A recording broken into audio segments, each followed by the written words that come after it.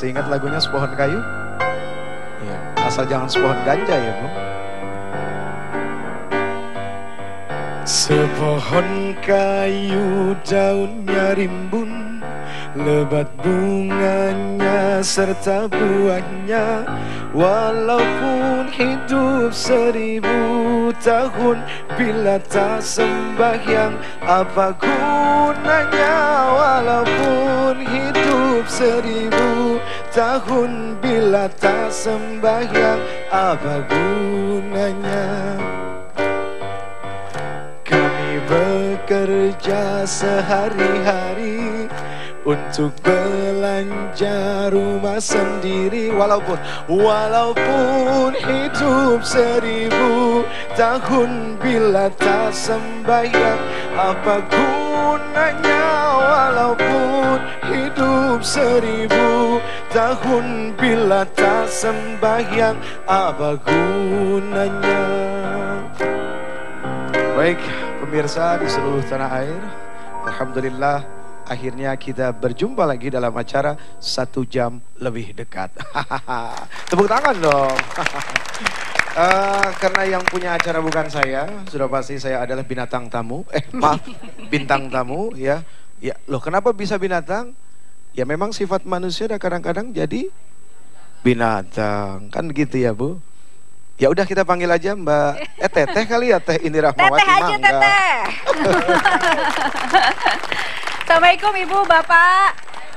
Assalamualaikum Ustadz, apa kabar? Waalaikumsalam warahmatullahi wabarakatuh. Aduh, senang banget. Itu tadi lagu tentang apa tuh? Boleh diceritakan? Silakan sambil duduk. Saya di sini apa di situ? Di kan mana 1 aja? jam lebih dekat. Iya, 1 jam lebih dekat, Kalau ini tapi 1 duduknya jam tetap lebih jauh. Oh iya, sini aja. Ya, tadi lagu tentang apa tuh Ustadz? Saya panggil Uje aja, Ustadz Uje. Iyalah Uje aja. Kalau Ustadz Uje kan Ustadz Jeffrey. Uje aja kali. Iya. Apa tuh lagu tentang apa tadi? Lagu tentang sholat.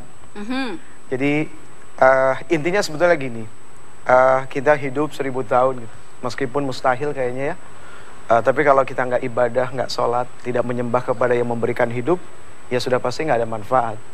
Ada sebuah plesetan gitu kan, rumah yang besar jadi impian. Siapa orang nggak kepengen punya rumah besar gitu kan? Harta yang banyak membuat senang. Walaupun hidup 1000 tahun, bila tak sembahyang apa gunanya? Walaupun hidup 1000 tahun, bila tak sembahyang apa gunanya? Artinya begini, orang kaya raya punya harta dan segala macam, nggak sholat percuma. Kalau yang rumahnya besar aja nggak sholat percuma, apalagi yang rumahnya cuma ngontrak ya. Mau 1000 tahun, mau 100 tahun, mau 1 tahun kalau nggak ibadah percuma ya Ustadz ya. Jadi inti ibadah adalah bersyukur kepada yang telah memberi. Nih, boleh kasih tepuk tangan untuk Ustadz. Ini tadi sudah disebutkan, ini acara 1 jam lebih dekat bersama Ustadz Jeffrey Al-Bukhari. Akan mengenal lebih dekat profil beliau, termasuk masa lalunya, masa kecilnya. Siap untuk dibongkar tidak? Harus siap. Ya, karena semuanya pasti ingin tahu. Tidak langsung menjadi seperti ini. Tidak langsung menjadi seperti ini kan. Ada perjalanan yang harus dilalui seperti itu ya. Kita tidak akan sampai ke Bali tanpa sebuah proses naik pesawat. Terus proses guncangan di atas. Ketika naiknya penuh dengan rasa ngeri. Ketika turunnya juga deg-degan.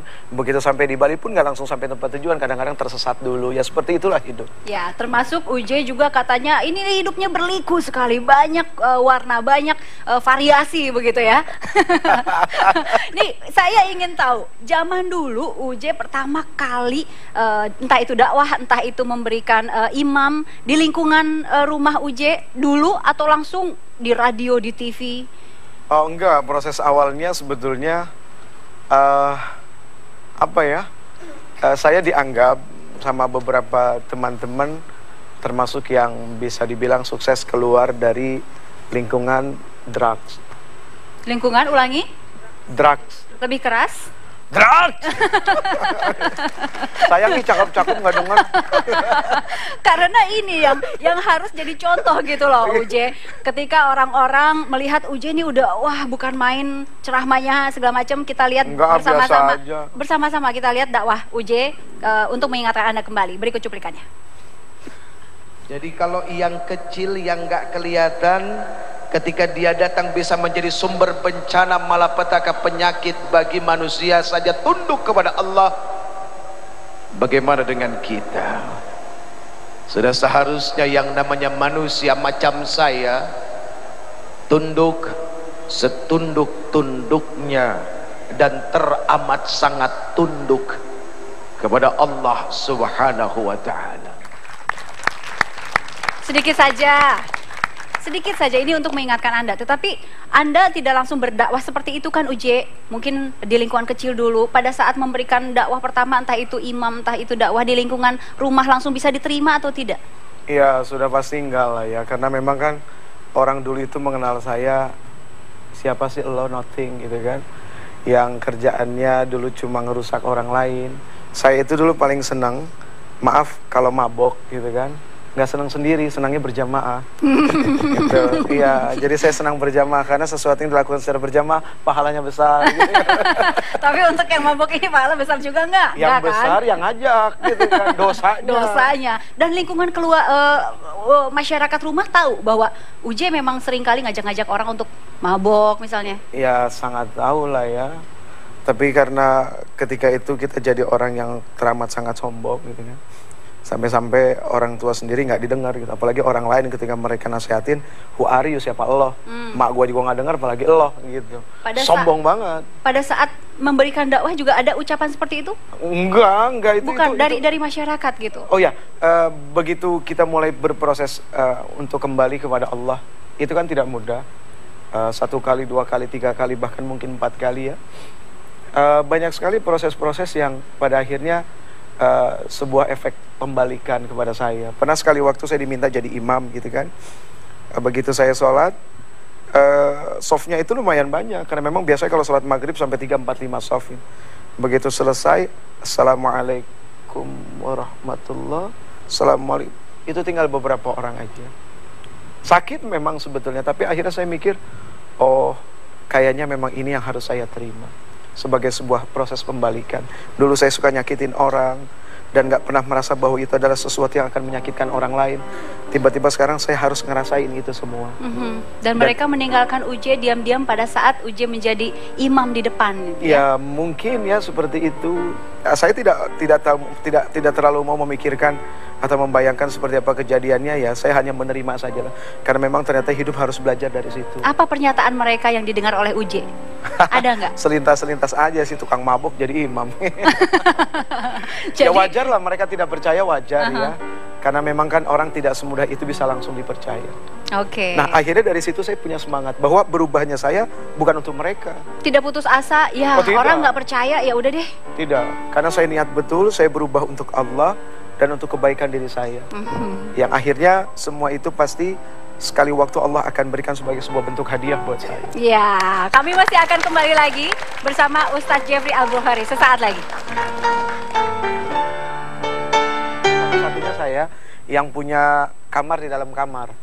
Jadi di internet itu dibikin lubang, di sana ditaruh kasur.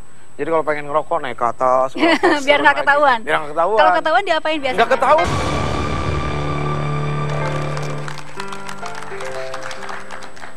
Masih bersama 1 jam bersama Ustadz Jeffrey Al-Bukhari. Uje nih kalau misalnya melihat masa lalu nih, lagi kecil kan hebat banget ya? Hebat banget ya? Enggak, biasa aja. Iya, saya ini ada catatannya nih, dari kecil mendapatkan pendidikan Islam yang kuat sampai juara lomba azan, MTQ. Kemudian kasidah juga, penulis drama terbaik. Ya lumayan lah, penulis drama terbaik 1 pesantren, pemenang lomba sinetron remaja. Waduh, bukan main. Tapi setelah masuk ke pesantren, malah yang itu ditinggalkan atau jalan seiring dengan kenakalan? Jadi gini kali ya, kalau mungkin bahasa kedokterannya, apa sih double impulse apa lah, memiliki 2 kepribadian ganda. Jadi di satu sisi gue tuh kepengen yang orangnya taat ibadah, tapi di sisi lain tiba-tiba gue kepengen orang yang nakal gitu kan. Ada sisi itu ingin menjalankan dua-duanya? Kuat banget gitu loh. Misalnya gini, di pesantren tuh ada acara apa gitu kan, biasanya selalu, ini nggak enak ngomong jadi gue lu nih. Nggak apa-apa, santai aja. Ini menunjukkan Ustadz Jeffrey yang sebenarnya kan. 1 jam lebih dekat. Kan kurang ajar ngomongnya. Bukan ngomongnya sama teteh gitu. Lanjut. Iya mah kurang ajar pisan. Jadi lagi kecil itu punya kepribadian dua, Iya. ingin juga di jalan yang lurus misalnya agama segala macam, tapi juga nakal juga kepingin juga gitu. Ya, akhirnya di pesantren itu cuma satu-satunya saya yang punya kamar di dalam kamar. Jadi di internet itu dibikin lobang, di sana ditaruh kasur. Jadi kalau pengen ngerokok naik ke atas, Biar nggak ketahuan. Biar nggak ketahuan. Kalau ketahuan diapain biasanya? Nggak ketahuan, ternyata nggak ketahuan. Hebat. Sampai keluar baru kebongkar gitu kan. Ternyata bolong itu internet ya. Ditaruh kasur gitu kan. Terus lagi asik-asiknya pesantren, kabur ke Tangerang cuma pengen nonton film Rambo doang. Nonton Rambo, pergi ke Tangerang, pulang ketahuan dibotakin. Tuh kalau dibotakin seneng, karena dibotakinnya di asrama putri, jadi seneng banget. Tetap ya. Nih, sepertinya belum keluar semua nih. Saya pengen mengeluarkan seseorang yang bisa bongkar-bongkaran soal UJ. Kita undang seseorang.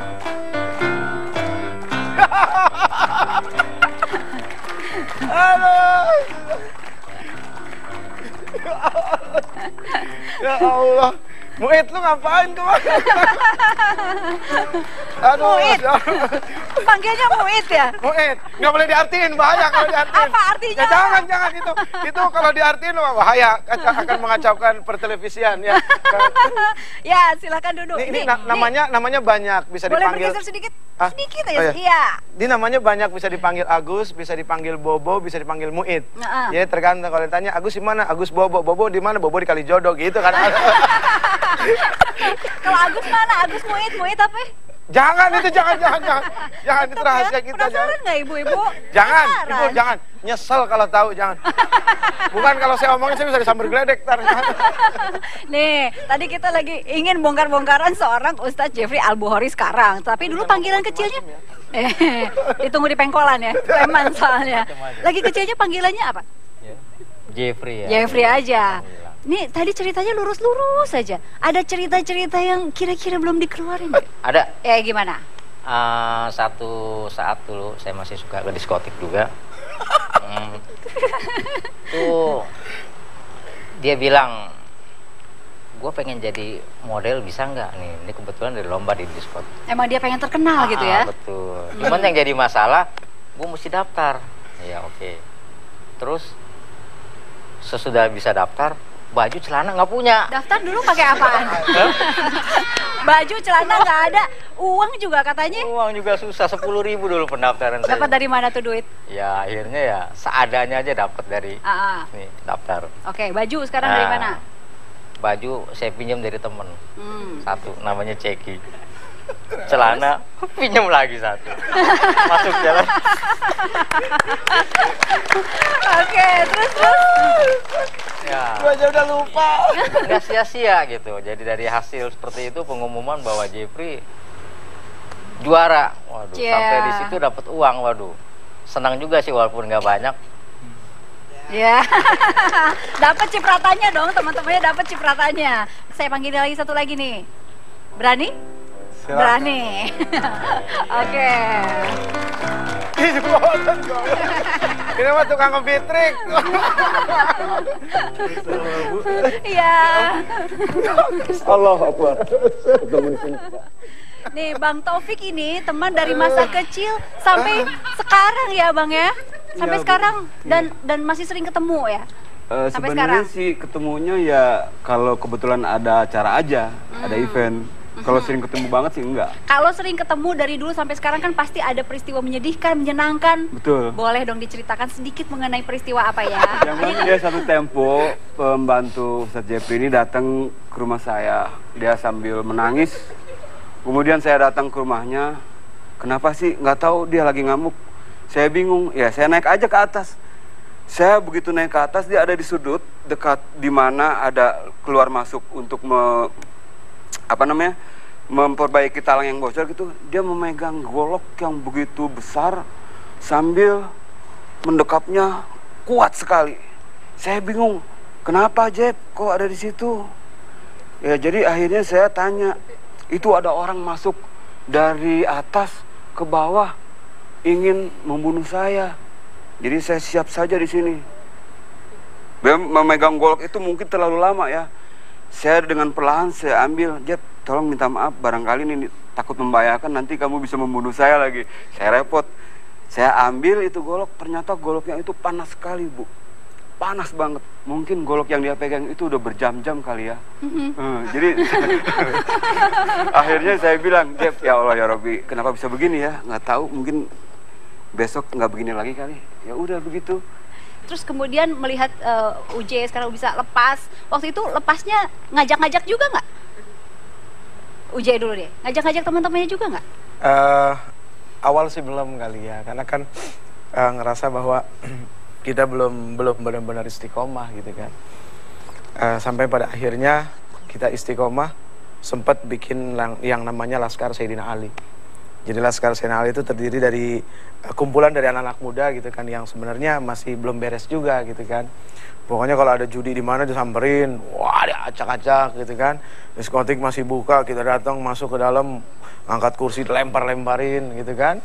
Ya kayak gitu. Sampai pada akhirnya kita ngerasa, loh kok dengan jalan kayak gini orang bukannya sadar malah makin jauh dari kita. Wah berarti ada pola yang salah nih kalau dakwah kayak begini.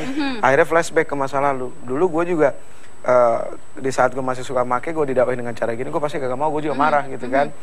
Nggak usah jauh-jauh lah, seorang pelacur yang benar-benar pelacur ketika dikatain pelacur pasti sakit hati.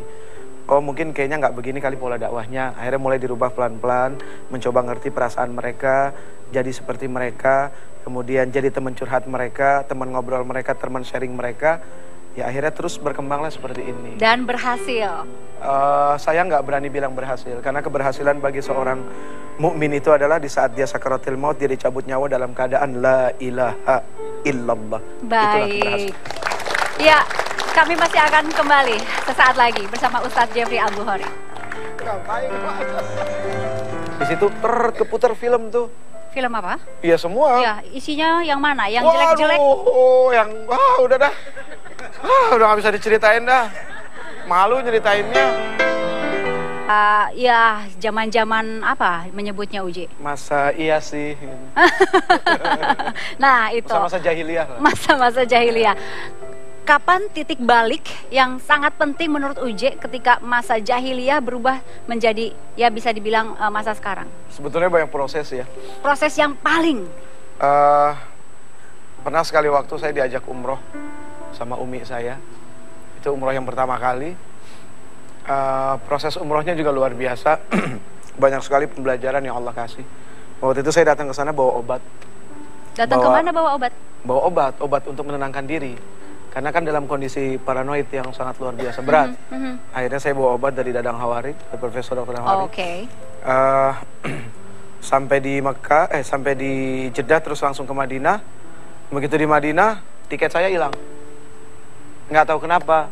Nggak ngerti itu, padahal waktu dikasih dua-duanya dikasih. Begitu dipulangin dua-duanya. Tapi kenapa tiket saya nggak ada? Cuma tiket umi saya. Di situ akhirnya berasa bahwa hidup lu bukan cuma untuk lu sendiri, bahwa lu harus juga bergantung dengan orang. Bahwa lu punya manusia kanan kiri yang harus lu juga terkadang boleh juga minta bantuan mereka kan gitu. Akhirnya saya ketemu seorang syekh yang memang kebetulan kawan umi saya udah lama gitu kan. Nah beliau yang bantu ngurusin tiket itu. Nah sepanjang di Madinah itu pas hari Jumat kalau tidak salah, saya diantar sama seorang mutawif di Mekah, namanya Murad, dia orang Lombok. Diantar ke Masjid Nabawi, sholat, terus saya diajak ke Raudhah, disuruh duduk di Raudhah. Tapi kan karena lagi itu, waktu itu kan pelangap-longo gitu loh, jadi nggak ngerti, udah begitu aja. Nah pas keluar dari Raudhah, lewat makam Rasul disuruh sholawat. Nah pas keluar pintu, nah di situ yang subhanallah. Nggak tahu kenapa, percaya nggak percaya, ini saya ada yang narik mbak. Ada yang narik, dihantemin ke tembok, tung. Saya di situ nangis kurang lebih 2 jam kayak anak kecil.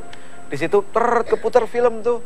Film apa? Iya semua. Ya, isinya yang mana? Yang jelek-jelek? Yang udah dah. Udah nggak bisa diceritain dah.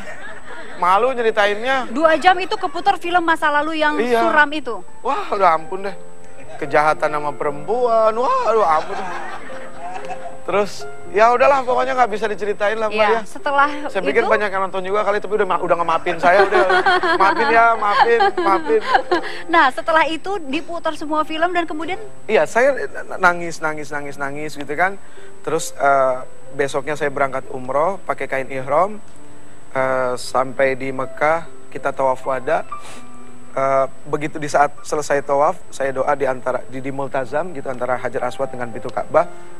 Di situ saya nangis, saya pentokin kepala, saya minta sama Allah, ya Allah, seandainya hidup saya punya manfaat buat Engkau, buat Rasul Engkau, buat orang tua saya dan buat orang banyak, saya minta tolong sembuhkan saya.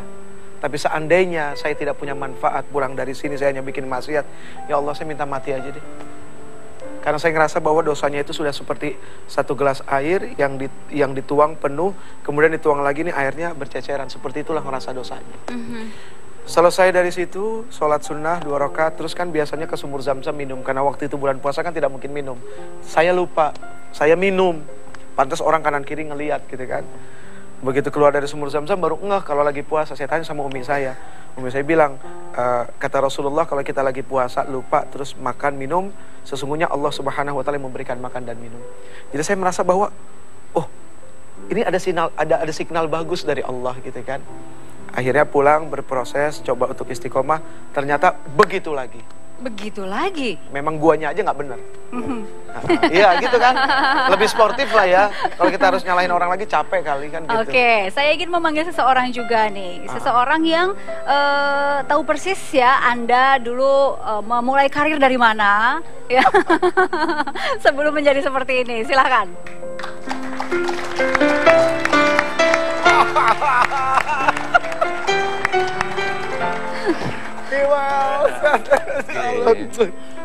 Allahumma sholli ala Muhammad. Halo. Nah, betul kan? Memang pernah bareng-bareng dulu meniti karir awal-awal dulu? Iya, pernah. Sebetulnya UJ duluan populer sebetulnya. Populer yang mana? Yang sinetron, yang model? Sinetron, atau? model, dan juga dancer, penari. Ingat nggak? Waktu itu lebih banyak dikontrak untuk main apa? Sinetron, sebetulnya banyak sinetron ya UJ waktu itu. Ya, sinetron. tapi kita sempat berlakon bareng. Karena dulu kita punya yang namanya sebelum ada yang di TV-TV itu kan kita udah bikin namanya Wayang Nakal. Itu gagasannya Gugun. Gitu Gugun kan. Gondrong ini, ya. Ini jadi Petruk. Jadi gareng. Jadi kita berpakaian wayang. Wayang dulu. Main di? Jadi kita main tuh keliling ya di kampus, bahkan betul. juga di mall gitu ya. Jadi sutradara Gugun, UJ sebagai ini Gareng, saya sebagai Petruk gitu. Terus ada beberapa teman-teman artis model ya, waktu itu masih zamannya Lia, terus Ina Febrianti ya kan, Lulu Tobing, masih zaman-zamannya mereka baru-baru itu gitu. Jadi mah actingnya luar biasa. Jadi kalau dia ngomong kita bingung nih serius apa acting nih. Nah, maka dari itu. Acting luar biasa, jadi udah susah dibedakan gitu. Kebayang nggak dulu zamannya gaul nih, UJ akan menjadi ustadz? Oh enggak, jadi pernah dulu kita bikin acara kayak syukuran di rumahnya Gugun. Dia diminta untuk, siapa nih mimpin doa? Dia menunjuk untuk mimpin doa, waktu itu belum jadi UJ ya. Terus kata Gugun, well nih doanya perlu kita ulang nih, begitu Jeffrey pulang.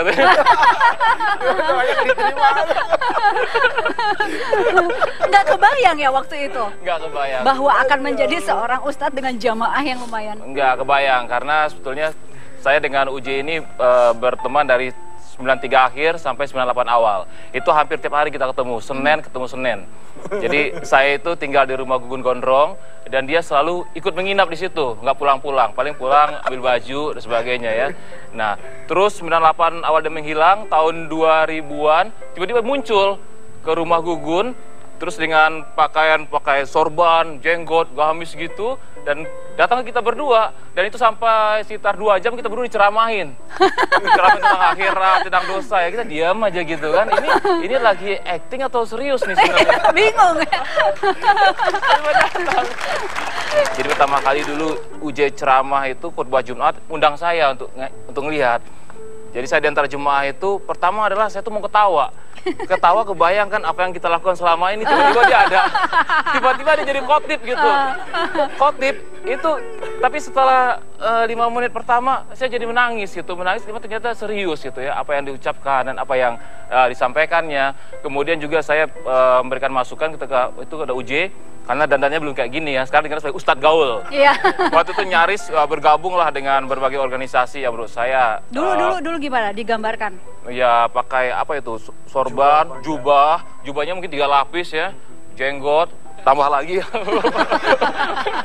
Banyak sekali lah gitu. Saya bilang, Jeff, kalau seandainya Jeffrey ceramah di antara orang-orang yang sudah kenal agama, ya percuma. Mereka sudah tahu agama. Justru teman-teman kayak saya dan lain-lain ini yang tidak tahu agama yang perlu diberikan siraman rohani gitu, pencerahan. Tapi kalau Jeffrey dengan dandan begini sudah ngatur jarak dengan kami gitu. Akhirnya udah Jeffrey pelan-pelan menjadi ustadz gaul kayak sekarang. Luar biasa sih. Ya. Baik, kami masih akan kembali di 1 jam lebih dekat bersama Ustadz Jeffrey Al-Bukhari. Terus saya nyamperin mobil, siapa tuh Gun? Oh jangan, tuh adek gua. Karena Gugun udah tahu saya PK. Takut, iya. Gugun tahu saya PK, penjahat kelamin.